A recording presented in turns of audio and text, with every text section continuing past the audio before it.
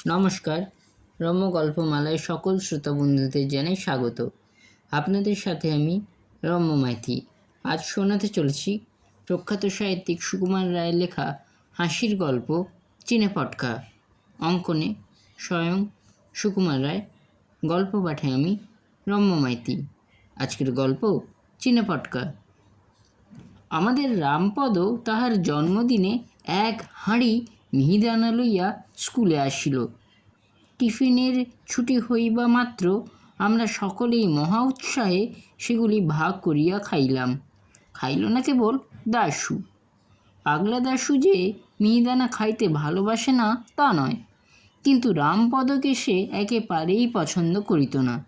দুজনের মধ্যে প্রায় ঝগড়া চলিত। আমরা রামপদকে বলিলাম, দাশুকে কিছু দে। রামপদ বলিল, কিরে দাশু, খাবি নাকি? দেখিস, খাবার লোভ হয়ে থাকে তো বল, আর আমার সঙ্গে কোনোদিন লাগতে আসবি নে, তাহলে মিহিদানা পাবি। এমন করিয়া বলিলে তো রাগ হইবারই কথা, কিন্তু দাশু কিছু না বলিয়া গম্ভীরভাবে হাত পাতিয়া মিহিদানা লইল। তারপর দারোয়ানের ছাগলটাকে ডাকিয়া সকলের সামনে তাহাকে সেই মিহিদানা খাওয়াইল। তারপর খানিকক্ষণ হাঁড়িটার দিকে তাকাইয়া কি যেন ভাবিয়া মুচকি মুচকি হাসিতে হাসিতে স্কুলের বাহিরে চলিয়া গেল। এদিকে হাঁড়িটাকে শেষ করিয়া আমরা সকলে খেলায় মাতিয়া গেলাম। দাশুর কথা কেউ আর ভাবিবার সময় পাই নাই। টিফিনের পর ক্লাসে আসিয়া দেখি দাশু অত্যন্ত শান্তশিষ্টভাবে এক কোণে আসিয়া আপন মনে অঙ্ক কষিতেছে। তখনই আমার কেমন সন্দেহ হইয়াছিল। আমি জিজ্ঞাসা করিলাম, কিরে দাশু, কিছু করেছিস নাকি? নিতান্ত ভালো মানুষের মতো দাশু বলিল, হ্যাঁ, 2 GCM করে ফেলেছি। আমি বললাম, দূত, সে কথা কে বলছে? কিছু দুষ্টুমির মতলব করিসনি তো? সে তো এ কথায় ভয়ানক চটিয়া গেল। তখন পণ্ডিত মহাশয় ক্লাসে আসিতেছেন। দাশু তাহার কাছে নালিশ করে আর কি। আমরা অনেক কষ্টে তাহাকে ঠান্ডা করিয়া বসাইয়া রাখিলাম। পণ্ডিত মহাশয় মানুষটি মন্দ নহেন। পড়ার জন্য প্রায় কোনো তাড়াহুড়ো করেন না। কেবল মাঝে মাঝে একটু বেশি গোল করিলে হঠাৎ সাংঘাতিক রকম চটিয়া যান। সে সময় তাহার মেজাজটি আশ্চর্য রকম ধারালো হইয়া ওঠে। পণ্ডিত মহাশয় চেয়ারে বসিয়াই নদী শব্দের রূপ করো বলিয়া ঘুমাইয়া পড়িলেন।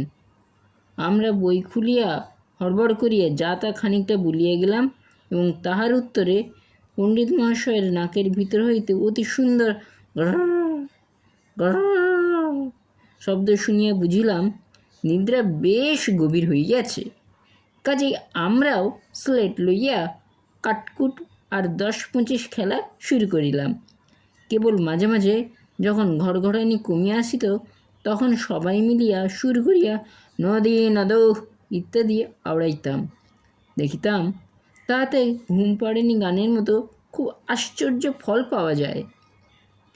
সকলে খেলায় মত্ত। কেবল দাশু এক কোণায় বসিয়া কি যেন করিতেছে, সেদিকে আমাদের খেয়াল নাই।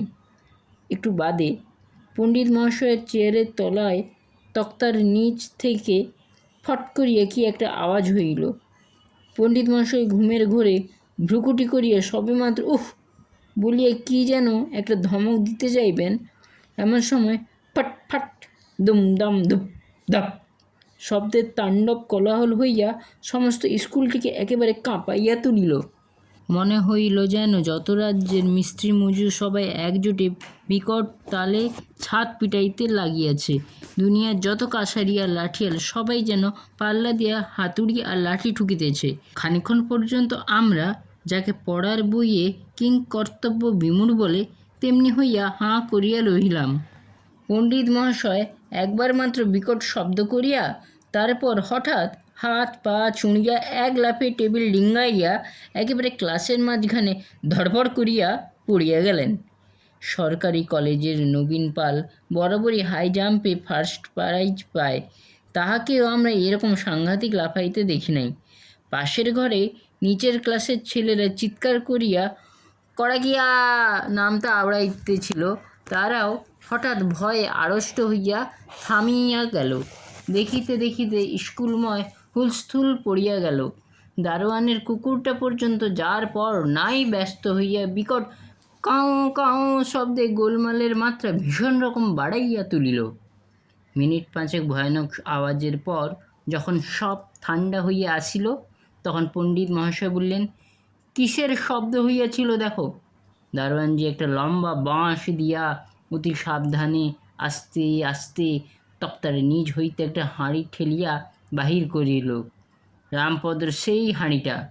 তখনও তাহার মুখের কাছে একটুখানি মিহিদানা লাগিয়াছিল। পণ্ডিত মহাশয় ভয়ানক ভ্রুকুটি করিয়া বলিলেন, এ হাঁড়িটা কার? রমাপদ বলিল, আগে আমার। আর কোথা যায়, অমনি দুই কানে দুই পাক। হাঁড়িতে কি রেখেছিলি? রামপদ তখন বুঝিতে পারিল যে গোলমালের জন্য সমস্ত দোষ তাহার ঘাড়ে আসিয়া পড়িতেছে। সে বেচারা তাড়াতাড়ি বুঝাইতে গেল, আগে ওর মধ্যে মিহিদানা এনেছিলাম। তারপর মুখের কথা শেষ না হইতেই পণ্ডিত মহাশয় বলিলেন, তারপর মিহিদানাগুলো চিনে পটকা হয়ে ফুটতে লাগলো না বলিয়াই ঠাস ঠাস করিয়া দুই চড়। অন্যান্য মাস্টারেরাও ক্লাসে আসিয়া জড়ো হইয়াছিলেন। তাহারাও এক বাক্যে হাঁ হাঁ করিয়া রুখিয়া আসিলেন। আমরাও দেখিলাম বেগতিক। বিনা দোষে রামপদ বেচারা মার খায় বুঝি। এমন সময় দাশু আমার স্লেটখানা লইয়া পণ্ডিত মহাশয়কে দেখাইয়া বলিল, এই দেখুন, আপনি যখন ঘুমোচ্ছিলেন তখন ওরা স্লেট নিয়ে খেলা করছিল। এই দেখুন, কাটাকুটের ঘর কাটা, স্লেটের উপর আমার নাম লেখা। পণ্ডিত মশাই আমার উপর প্রচণ্ড এক চড় তুলেই হঠাৎ কেমন থতমত খাইয়া গেলেন। তারপর দাশুর দিকে কটমট করিয়া তাকাইয়া বললেন, চুপ রও, কে বলেছে আমি ঘুমোচ্ছিলাম? দাশু খানিক্ষণ হাঁ করিয়া বলিল, তবে যে আপনার নাক ডাকছিল।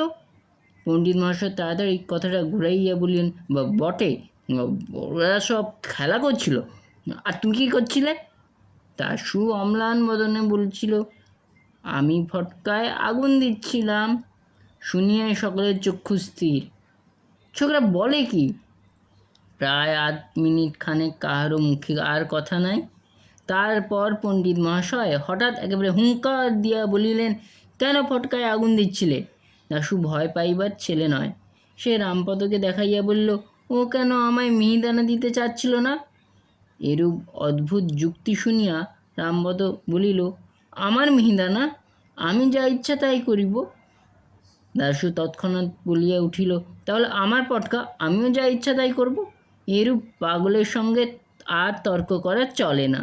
কাজেই মাস্টারেরা সকলেই কিছু কিছু ধমক ধামক করিয়া যে যার ক্লাস করতে চলিয়া গেলেন। সে পাগলা বলিয়া তার কোনো শাস্তি হইল না। ছুটির পর আমরা সবাই মিলিয়া কত চেষ্টা করিয়াও তার দোষ বুঝাইতে পারিলাম না। সে বলিল, আমার পটকা রামপদর হাঁড়ি, যদি আমার দোষ হয় তাহলে রামপদরও দোষ হয়েছে, ব্যাস, ওর মার খাওয়াই উচিত। কেমন লাগলো আজকের এই গল্প? কমেন্ট বক্সে অবশ্যই লিখে জানান। গল্পটি ভালো লাগলে লাইক এবং শেয়ার করতে ভুলবেন না। পরবর্তীকালে নিত্য নতুন নানা স্বাদের গল্প শুনতে এখনই আমার চ্যানেলটি সাবস্ক্রাইব করে আমার পাশে থাকুন। ধন্যবাদ।